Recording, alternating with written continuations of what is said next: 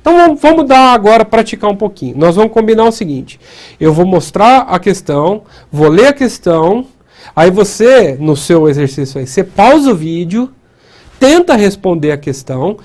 Aqui tem uma dificuldade pelo que eu falei, como nós estamos falando de questão no vídeo, aqui é mais para vocês terem uma ideia do que é, mas na hora que vocês forem praticar, tem que ter a questão no papel para poder riscar. Tá? Então aqui eu recomendo, pega uma folha de papel ou anota embaixo, faz esse exercício de identificar. Mas aqui, como, enfim, pro caso dos recursos audiovisuais que a gente tem, aqui é uma simulação só. Mas o ideal para prática, para se preparar para a prova teste, é pegar, imprimir e fazer e riscar. Então aqui na aula, para fins da aula, eu vou mostrar a questão, leia a questão, você dá um pause, aí eu falo, agora é com vocês, e aí depois eu venho com a resposta. Tudo bem? Então vamos começar. São 10 questões, prova de penal do MPF. O que acontece? Normalmente no MPF, quando você pega as provas, as primeiras questões são de parte geral, normalmente questões um pouco mais teóricas. Depois sempre vem uma questão de pena, alguma coisa de concurso de pessoas, e depois começam algumas questões de parte especial.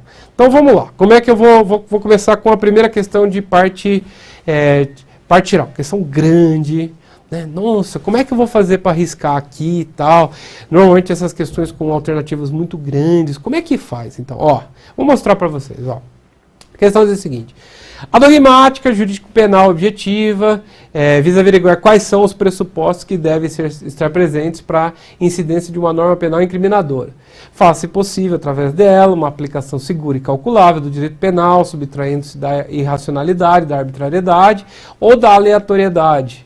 Diante disso, e considerando ser ação ou conduta a pedra angular da teoria do crime, não um crime ensina conduta, assinale a alternativa incorreta. Então, primeira coisa aqui, já teria que fazer um quadradinho em volta desse incorreta, já para destacar que a marca é incorreta.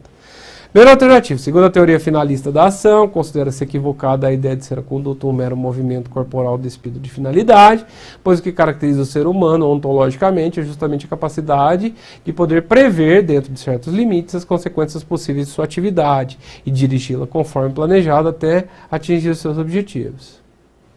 Tá.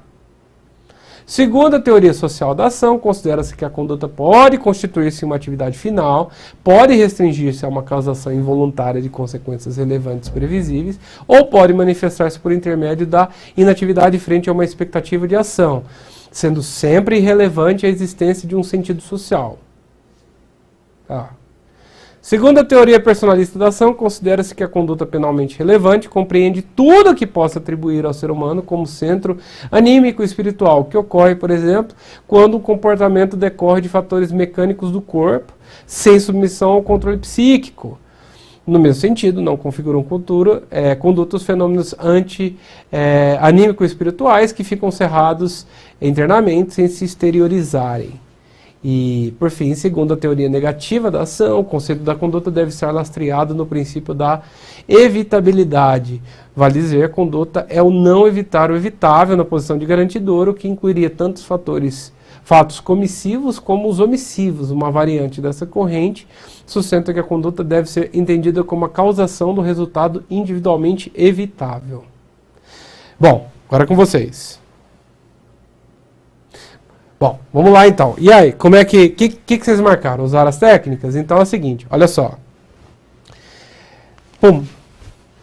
A alternativa incorreta é a B. Por quê? Nesse monte de coisa que às vezes tem que assinalar, eu sempre chamo a atenção para expressões peremptórias. Direito não gosta de expressão peremptória. Sempre, nunca, somente, apenas. Essas expressões exclusivamente, essas expressões peremptórias, elas têm um cheiro de coisa errada, porque no direito é muito difícil, principalmente no direito brasileiro no momento, é muito difícil hipótese de um negócio nunca, sempre. E ainda mais teoria social da ação, então o sempre já atraía, o sempre já é uma atração. sempre irrelevante a existência de um sentido social? Não, a teoria do social da ação é exatamente que prevê essa relevância social da ação para caracterizar aquilo que é considerado como uma conduta relevante. Né? Essa transmutação, esse efeito social. Então é sempre irrelevante. Então você percebe que aqui tinha duas partículas que podiam chamar atenção. O sempre e o irrelevante, na verdade, é relevante, não irrelevante para a existência do sentido social. Então você vê, uma questão grandona, que às vezes você leu, pô, você identificou, sentiu o cheiro de algo que está errado, essas pessoas, já marca, porque depois às vezes você não sabia tudo, mas pô, você já identificou que nessa questão aqui, principalmente incorreta, você já identificou o errinho onde é que ele está.